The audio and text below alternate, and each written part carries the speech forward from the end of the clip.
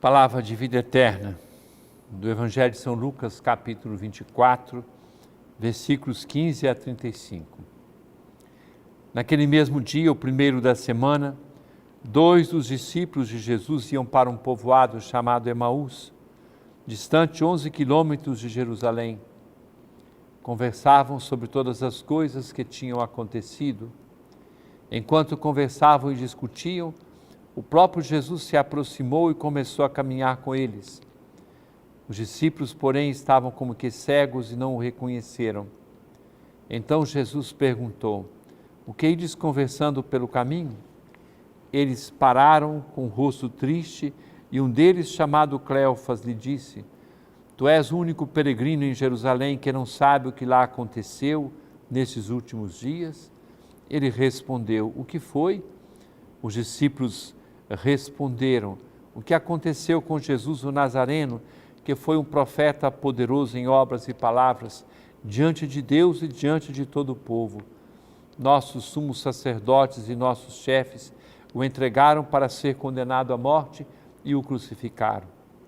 Nós esperávamos que ele fosse libertar Israel, mas apesar de tudo isso, já faz 3 dias que todas essas coisas aconteceram. É verdade que algumas mulheres do nosso grupo nos deram um susto. Elas foram de madrugada ao túmulo e não encontraram o corpo dele. Então voltaram dizendo que tinham visto anjos e que estes afirmaram que Jesus está vivo. Alguns dos nossos foram ao túmulo e encontraram as coisas como as mulheres tinham dito. A ele, porém, ninguém o viu.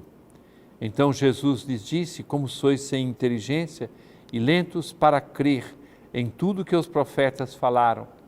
Será que o Cristo não devia morrer tudo isso, passar tudo isso, para entrar na sua glória?"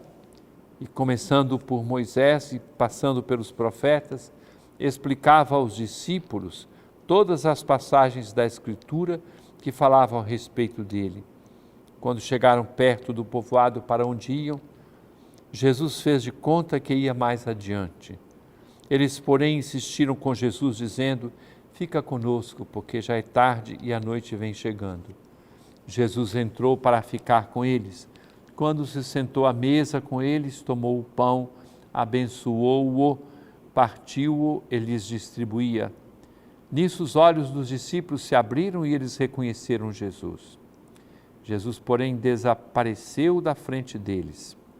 Então, um disse ao outro: "Não estava ardendo o nosso coração quando ele nos falava pelo caminho e nos explicava as Escrituras?"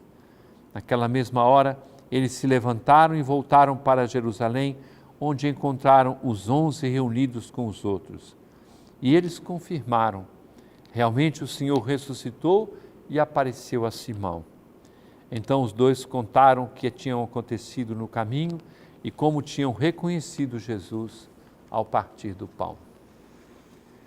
Estamos diante de uma das páginas mais bonitas do Evangelho. Após a ressurreição, todos os discípulos de Jesus, começando por Maria Madalena, passando por Pedro, João, os outros apóstolos, tinham que aprender alguma coisa. Agora, o conhecimento de Jesus não é esse conhecimento simplesmente físico de tocar e de ver, é o conhecimento da fé.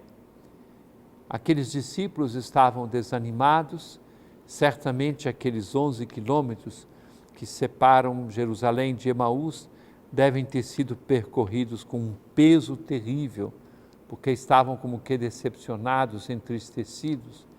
Nosso Senhor ajuda aqueles dois, primeiro com a sua palavra, uma palavra que desvenda as coisas, e eles vão entender as Escrituras. O resultado é que depois eles sentem o seu coração arder. Aliás, baseado no texto dos discípulos de Emaús que hoje ouvimos, nós temos nosso ano vocacional do Brasil, corações ardentes, pés a caminho. Por quê? Assim que reconheceram Jesus no partir do pão, e os estudiosos dizem que é uma narrativa daquilo que nós celebramos na própria Eucaristia, então eles voltaram para Jerusalém e aí, pés a caminho, Aqueles 11 quilômetros devem ter percorrido os dois como se fosse um golpe, com uma rapidez imensa. E aí chegam e encontram a igreja reunida, os 11 discípulos, e eles comprovam que Jesus realmente estava vivo. Caríssimo irmão, caríssima irmã, nós o encontramos na palavra, nós o encontramos quando estamos reunidos em seu nome, nós o encontramos quando nos recolhemos e dentro de cada um de nós, na oração, ele está presente. Nós o encontramos na Escritura e, mais do que tudo, o encontramos na Eucaristia. Essas fontes de Deus sejam buscadas, não só durante o tempo pascal, mas em todos os dias de nossa vida. Palavra de vida eterna.